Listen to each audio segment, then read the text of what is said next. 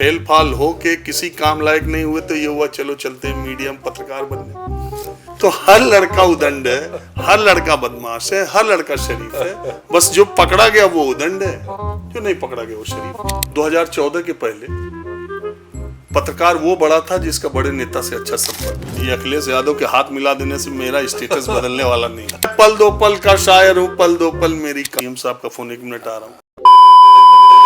राजीव, राजनीति की बातें तो हम लोगों ने बहुत की और बहुत सारी बातें आप करते रहते हैं हमेशा। अपने माहौल क्या है प्रोग्राम में, राजनीति बेसी है वो मुख्यतः।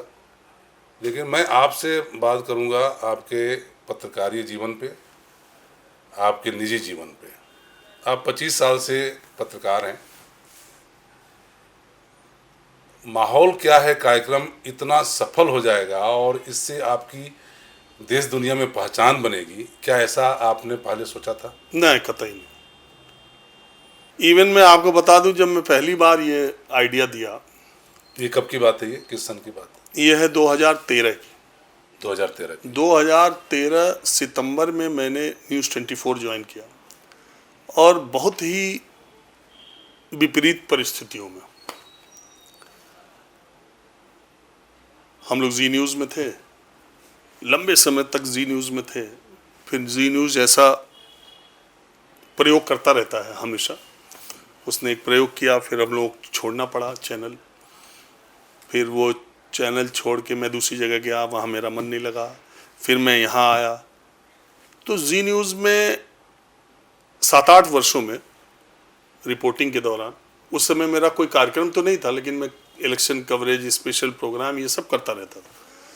तो जो इंक्रीमेंट वहाँ होता था, सालाना वेतन बढ़ोतरी, मुझे लगता है वो 8-9 साल में मेरी सबसे ज़्यादा होता था। अच्छा। हाँ, सबसे ज़्यादा इंक्रीमेंट इनपुट में, रिपोर्टर्स मेरा होता था।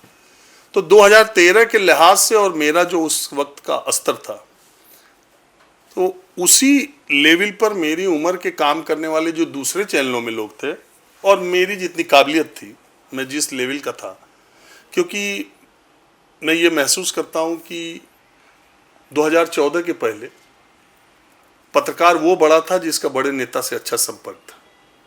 जी हाँ, लोग सही कह रहे हैं।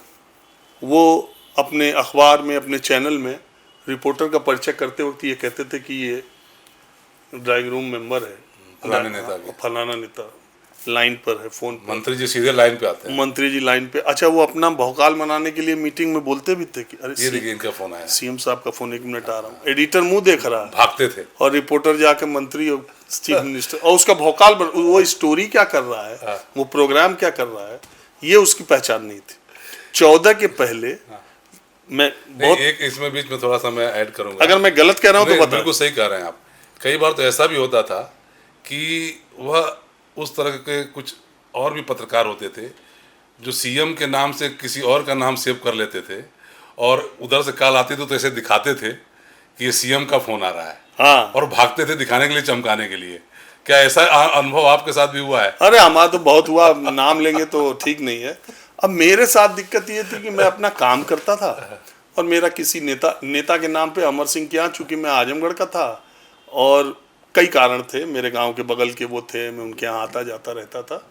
नेता के नाम पे अमर सिंह के यहाँ मैं बहुत, अब उनकी प्रतिष्ठा, उनका नाम किस कदर था, और जो लोग अमर सिंह के करीबी थे उनके बारे में क्या कहा जाता था, ये भी आप जानते हैं।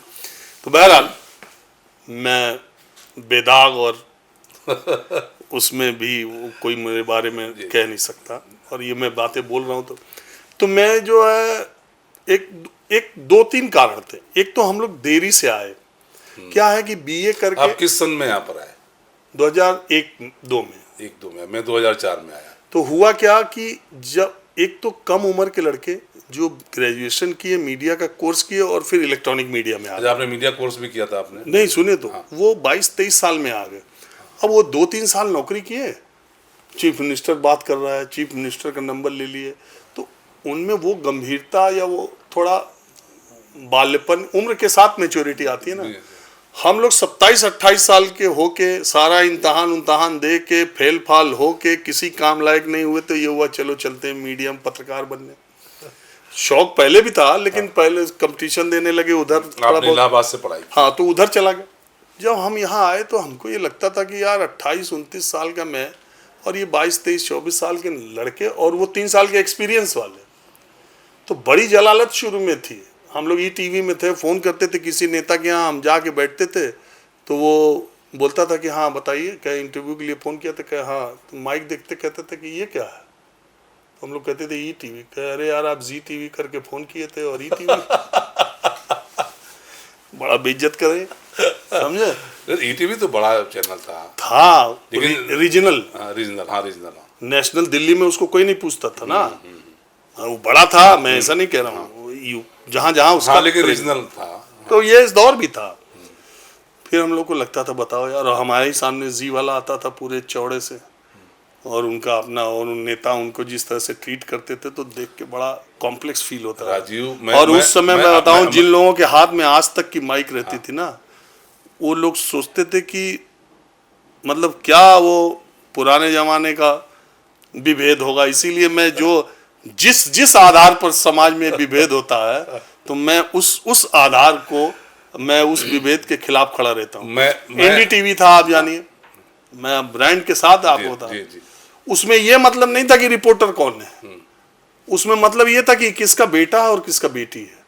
अब हम लोग आजमगढ़ के यार मध्यम वर्गीय परिवार से आए थे, हमारे बाप को 20-25 किलोमीटर दूर के बाद आदमी जानना बंद, अरे गांव तक, वो कोई विधायक मंत्री और इंडस्ट्रियलिस्ट तो थे नहीं कि उनको जानेगा सब। और यहाँ हर आदमी के बाप का परिचय है, लोग बता रहे हैं ये उसका ये है ना, ये उसका बेटा है, वो उसकी बेटी है, उसमें एंकर है एनडीटीवी में। नहीं कहा भाई ये तो गलत जगह आ गए हम लोग, तो लेकिन ठीक है धीरे धीरे। तो मैं आपसे मैं यहाँ ऐड करूँगा कि मैं राष्ट्रीय सहारा अखबार में था, यहाँ नेशनल ब्यूरो में पार्लियामेंट कवर करता था, और जो टीवी के लोग थे हमारे संस्थान के, सहारा समय नेशनल चैनल था, तो मैं भी रिपोर्टर था सहारा का, लेकिन प्रिंट का था, और हमारे जो बहुत सारे कुलीग जो टीवी के थे माइक लेके चलते थे, तो पार्लियामेंट के कवरेज के दौरान अगर हम लोग आसपास खड़े हैं तो मेरा ही साथी रिपोर्टर हमें भाव नहीं देता था, वो लगता था कि दूसरी दुनिया से आए हुए हैं। और नेता भी, मंत्री भी सबसे पहले वो टीवी वाले को पूछता था, हमें तो किनारे कर देता था। वो टीवी रिपोर्टर्स में जो वो एक सेलिब्रिटी क्वेश्चन जुड़ गया। वो टीवी पे आते थे, उनको लोग देखते थे, तो वो अपने को सेलिब्रिटी समझने लगे कि हम उस नेता से हाथ मिला रहे। इसमें गलतफहमी क्या होती है, पत्रकारों की ये गलतफहमी बहुत जल्दी हो जाती है कि वो ये भी उसी सर्किल का हिस्सा है। अखिलेश यादव ने अगर आपसे पूछ लिया, और संजय भाई क्या हाल हो, क्या हाल है, और ठीक हो, 2 लाइन, तो अब आप ये नहीं सोच रहे हो कि अरे बस यही अब पर्दा गिर गया, और अखिलेश यादव एक पूर्व सीएम और 34 सांसदों का नेता है, और मैं एक सिंपल घर का एक चैनल का पत्रकार हूँ। शाम को मुझे अपनी सब्जी दूध रोटी का जुगाड़ करते हुए घर पहुंचना, ये अखिलेश यादव के हाथ मिला देने से मेरा स्टेटस बदलने वाला नहीं है। लेकिन होता क्या, आदमी उसी ऑरा में आ जाता है, वो अपने अगल बगल के सब्जी वाले को भी बताएगा, मिले थे, वो फोटो दिखाने लगेगा, फोटो ऐसा चमकाएगा। वो अगर कहीं ये कह दिया कल आपका अखिलेश यादव के साथ या योगी आदित्यनाथ के साथ या अमित शाह के साथ इंटरव्यू देखा है, तो फिर वो जमीनी पर नहीं है, वो कई दिन ऐसे रहेगा। हाँ, तो ये हम लोग क्योंकि इतने पका के आए थे कि ये चीज़ें बहुत आकर्षित नहीं करती थी, लगता था कि यार हम कुछ अलग करें जिससे हमारे काम की पहचान हो। तो ऐसे ऐसे करते 2013 में मैं आपको, अभी मैं उसी संस्थान में हूँ लेकिन तब भी मैं बोलता रहता हूँ, तो नया नया आया था, तो मैं जो आपको बताया ना, तो हमारी सैलरी जो है ऐसी नहीं बहुत लाखों करोड़ों में थी, लेकिन उस समय मेरी एबिलिटी, मेरी क्षमता वाले जो रिपोर्टर्स थे उनसे ज़्यादा थी काफ़ी। तो जब भी आप नए संस्थान में जाते हैं तो आप ही के एक्सपीरियंस वाले दूसरे लोग कहते हैं कि इसके में अंदर इतनी क्या काबिलियत है कि इनको इतना दिया जा रहा है, वो आपस में ज्वेलसी बहुत होती है। हाँ, तो मुझे ये दबाव तो था कि यार यहाँ तो कुछ अलग नहीं करूँगा तो फिर तो साला नौकरी का दिक्कत हो जाएगा। तो उसी समय इलेक्शन आया, और ये हुआ कि इलेक्शन की कवरेज हम लोग क्या करेंगे और इलेक्शन में क्या प्रोग्राम करेंगे। चूँकि न्यूज़ 24 बहुत दूसरे तरह का संस्थान है, ये उतना प्रोफेशनल नहीं है, हमारे पास उतना संसाधन नहीं है, हमारे पास उतना शोबाजी नहीं है, सिंपल चैनल है और पारिवारिक माहौल है। तो इसमें जो लोग भी नौकरी करते हैं वहाँ वो परिवार की तरह करते हैं, और हमारी जो अनुराधा जी हैं वो हमारे एक फैमिली गार्जियन की तरह। गार्जियन की तरह। तो हमने ये आइडिया दिया कि ऐसा करते हैं कि अच्छा, नाम भी आप ही का नहीं, सुझाव हाँ, है? ये दिल्ली एक्सप्रेस नाम रखा पहले मैंने। अच्छा, दिल्ली एक्सप्रेस था तो पहले। मेरा आइडिया ये था कि मोदी जी गांधीनगर से दिल्ली का सफर तय करना चाहते हैं, तो पहला एपिसोड उनके घर के बाहर से एक पीटीसी करते हुए रिपोर्टर शुरू करे कि यहाँ से दिल्ली 1400 किलोमीटर है और ये सफ़र तय करना चाहते हैं, इतने साल मुख्यमंत्री रह लिए, इनकी इतनी है, बीजेपी ने इनको प्राइम मिनिस्टर कैंडिडेट बना दिया, तो हम भी ये सफ़र तय करेंगे और आम लोगों से इसके बारे में पूछेंगे। तो हमने ट्रेन को अपना सफ़र समझा। वो ट्रेन इसलिए कि वहाँ first class, second class, third class, sleeper और क्या नाम है, जनरल। तो फर्स्ट क्लास के लोगों को छोड़ दो, सेकंड, थर्ड, स्लीपर और जनरल, तो आप सोसाइटी के सारे लेयर के लोगों से बात कर लेते हो। बिल्कुल क्योंकि AC 2 में चलने वाला आदमी जनरली फ्लाइट में भी चल लेता है, बिल्कुल। और AC 3 वाला और जो पहले स्लीपर में चलते थे अब वो AC 3 में चल रहे हैं, जो पहले जनरल में चलते थे वो अब स्लीपर में चल रहे हैं।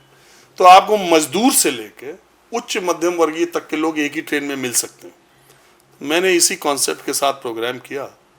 पहला शो मैंने जो शूट किया, जैसा सोचा ऐसे ही बातचीत करते, थोड़ा मजाक किया, थोड़ा इनफॉर्मल, थोड़ा पॉलिटिकल, ऐसे करके प्रोग्राम किया। और जब मैंने आइडिया दिया तो उसका मजाक बहुत उड़ाया गया कि ये तो रेलवे बजट पे अच्छा, जो रिपोर्टिंग की जाती है ये तो उसी तरह का होगा। हाँ, दूसरे लोगों ने मजाक किया होगा जो। मजाक या आप भाई आप बैठे हुए हैं तो कोई ऐसा थोड़ी नहीं आपने जो बोल दिया वो सब स्वीकार होगा। सवाल उठते हैं नए आइडिया पर। नहीं, कुछ लोग तो सवाल ही उठाते हैं। हाँ, तो लेकिन पहला मेरा एपिसोड गया और बाय गॉड्स ग्रेस उसका उस हफ्ते की TRP में नंबर 1 प्रोग्राम था। अच्छा, तो अगला जो एपिसोड था वो कोलकाता से हमने, चूंकि हम ब्यूरो को भी लीड करते थे, तो अगला ब्यूरो का जो टिकट था वो हमारे कलीग का था। मैंने कोलकाता से उसका करा दिया था टिकट कि अब मैंने कर दिया, आपने देख लिया, अब हमारे ऑफिस में 7-8 लोग हैं, सब लोग एक एक जगह से कर दें, लखनऊ से कर दें, पटना से कर दें। मतलब डेडिकेटेड तौर पर आपको नहीं करना था? नहीं, मैंने आइडिया दिया था तो ये हुआ कि आप एक करके एक दिखाओ। करके दिखाइए, फिर बाकी और लोग भी करेंगे। तो जब मैंने पहला किया और उसकी इतनी तारीफ हुई, उसकी TRP इतनी आई, तो दूसरा टिकट जो मैंने करवाया था, बाद में अनुराधा जी ने, हमारी जो CEO थी उस वक्त अजीत जी थे, उन्होंने कहा नहीं नहीं नहीं, कोई और नहीं करेगा, इसको तुम ही करो। तो वो 12, 13, 14 एपिसोड चले मेरे, तो वो नंबर 1 रहा TRP की दृष्टि से। फिर जब दिल्ली का इलेक्शन आया तो मैंने उसका नाम बदल के माहौल क्या है कर दिया। ये हिट कर गया। हाँ, तो वो हिट, माहौल क्या है दिल्ली में हिट हुआ। फिर उसके बाद इलेक्शन करते थे। जब नोटबंदी हुई तो फिर नोटबंदी में किए। 2019 से, जब 2019 का लोकसभा चुनाव खत्म हुआ और यही समय था दिवाली का, तो हमारे सेल्स वाले लोगों ने कहा कि इसको रोज किया करना चाहिए, तो 2019 से ये रोज हो गया। तो अच्छा है, इसकी TRP भी अच्छी है।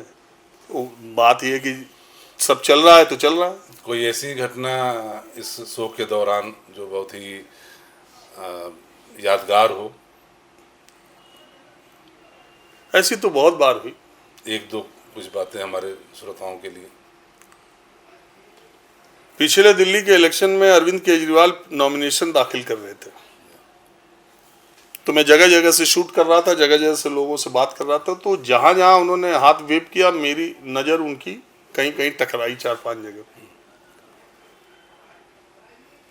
शाम को शूट कर ख़त्म करके मैं जा रहा था, तो उनके जो विभव है, जो बहुत चर्चा में है, उनका फ़ोन आया कि राजीव जी कहाँ है।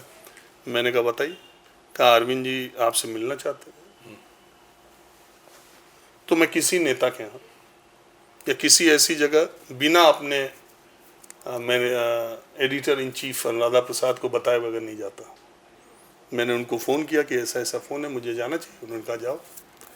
तो मैं जब वहाँ मैंने बोला कि मैं आ रहा हूँ, तो अरविंद केजरीवाल बहुत ही गर्मजोशी से अकेले मिले और उन्होंने कहा यार हम आपका प्रोग्राम रोज़ देखते हैं।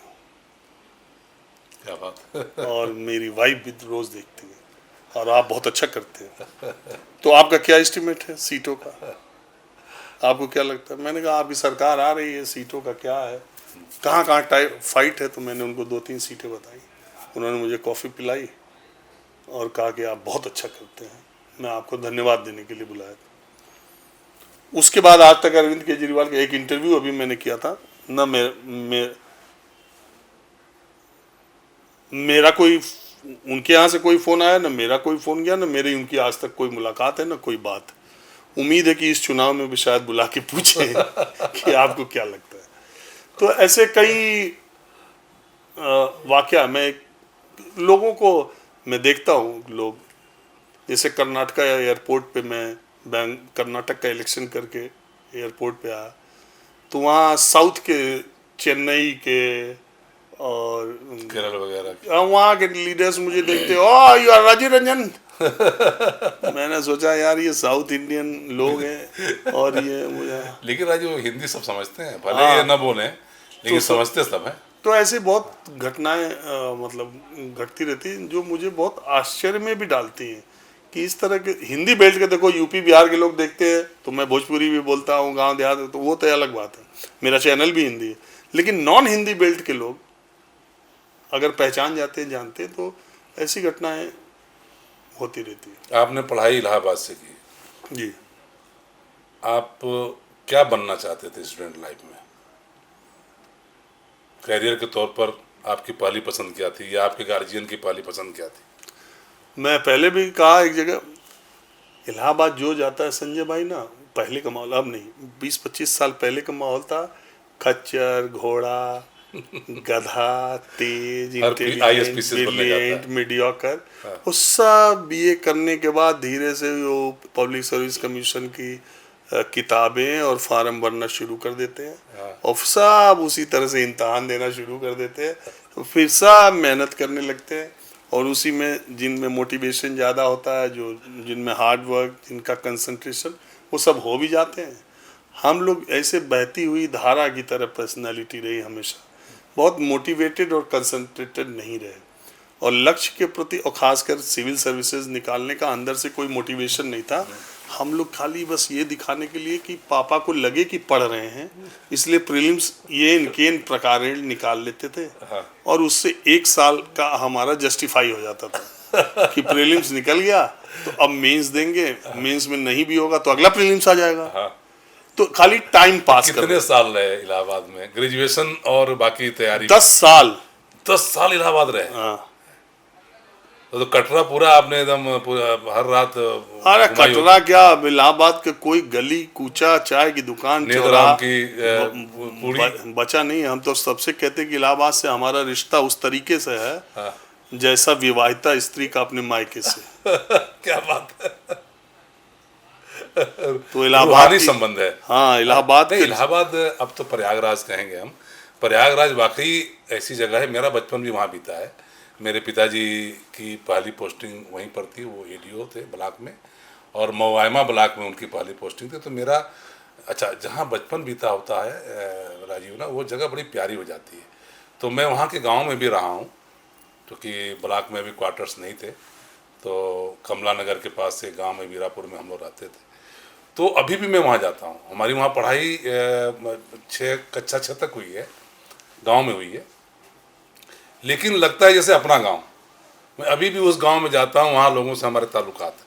हाँ, इलाहाबाद की धरती में कुछ ऐसी बात है। दूसरी बात, हम लोग जो ये 10 साल रहे तो हमारे जितने रिश्ते हैं आज की तारीख में, वो सब इलाहाबाद से बने हैं। जितने रिश्ते हैं, बतौर राजीव रंजन पत्रकार, मेरे जितने रिश्ते हैं उसमें 90% क्या कहें आपको, छिछले हैं। नहीं, ऐसा नहीं। हाँ, लेकिन बतौर राजन, जो मेरा घर का नाम है, उससे जो इलाहाबाद में रिश्ते बने हैं वो बहुत ही रूहानी, बहुत ही आत्मीय, बहुत ही संतुष्टि प्रदान करने वाले, कोई सेल्फिश, शाम को फिर सिविल लाइन की तरफ जाना, हनुमान मंदिर की हाँ, तरफ, कोई उसमें स्वार्थ नहीं है उन रिश्तों में। और इतना, और सबसे बड़ी बात, जैसे क्या होता है, मुझे उन लोगों से बहुत चिढ़ है जो मेरे कार्यक्रम के लोकप्रिय होने के बाद मुझे दूसरी नज़रों से देखते हैं। और मैं ही राजीव रंजन आज के 20 साल पहले जब मैं स्ट्रगल कर रहा था तो मुझे दूसरे तरह से ट्रीट किए थे। तो मुझे वो लोग अभी भी याद हैं और मुझे उनसे बात करना, समझ लीजिए, मुझे चेहरा देखना पसंद नहीं है। नहीं, होना भी मैं चाहिए। उन लोगों को बहुत पसंद करता हूँ जो मुझे उस वक्त भी उसी तरह से ट्रीट करते थे और आज भी उसी तरह से लेते, क्योंकि ये क्षणिक है। अब मुझसे नहीं, क्षणिक नहीं, देखिए एक इंसान का जो वो एक गाना है ना, मैं पल दो पल का शायर हूँ, पल दो पल मेरी कहानी। आपके फेवरेट गायक कौन है? नहीं तो ये क्या, ये जो सफलता आज आप देख रहे हैं, कल कोई दूसरा आदमी होगा जो हमको रिप्लेस करेगा और हम पीछे चले जाएंगे। लेकिन आज ही के अहंकार में, आज ही के दम्भ में जो लोग रहते हैं, हमसे पहले टीवी के कितने रिपोर्टर्स थे बताइए, उनकी कितनी लोकप्रियता थी। आज कहाँ है? आज कहीं दिखते नहीं। आज कोई पहचानने वाला नहीं। आते हैं ये प्रेस क्लब में तो कोई पास बैठना नहीं चाहता है। तो वही बात है, हम नहीं चाहते ना, हमारा ऐसा आज तक का कोई नहीं, आपका तो जो व्यवहार है और हम जानते हैं कि ये सब क्षणिक है, आज है कल नहीं रहेगा। लेकिन हम जो हैं, जो थे 20 साल पहले, वही रहेंगे। तो स्कूल के दिनों में आप बहुत ही उदंड छात्र रहे होंगे। नहीं, उदंड पिटाई हुई है? मैं सबसे यही बात कहता हूँ, हर छात्र उदंड है। जो पकड़ा गया वो उदंड माना जाता है, जो नहीं पकड़ा गया वो शरीफ। हर छात्र चोरी करता है, हर छात्र चोरी करता है, चाहे पेंसिल चोरी किया हो, रबर किया हो, पैसे चोरी किया हो, बंक किया कि नहीं? क्लास बंक किया हो, हर छात्र करता है। हर लड़का, मतलब हर लड़का का मतलब मैं 100% नहीं कह रहा हूँ, लेकिन मेजॉरिटी को ही एग्जाम्पल दिया जाता है, और आप एक्सेप्शन को आप एग्जाम्पल नहीं कह सकते। हर लड़का मतलब 100 में 80, 75, 90, जैसे जैसे यंग एज टीनेजर आगे बढ़ते हैं, जब सोसाइटी में उनका उठना बैठना होता, तो गुटखा खाता है, सिगरेट पीता है, बीड़ी टेस्ट करता है। वो जो बड़े करते हैं, वो उसको जवान होने का शौक इतना होता है, वो एक बार जरूर छर्रा उड़ाएगा। उसको बाद में लगता है कि ये गलत है, तो वो छोड़ देता है।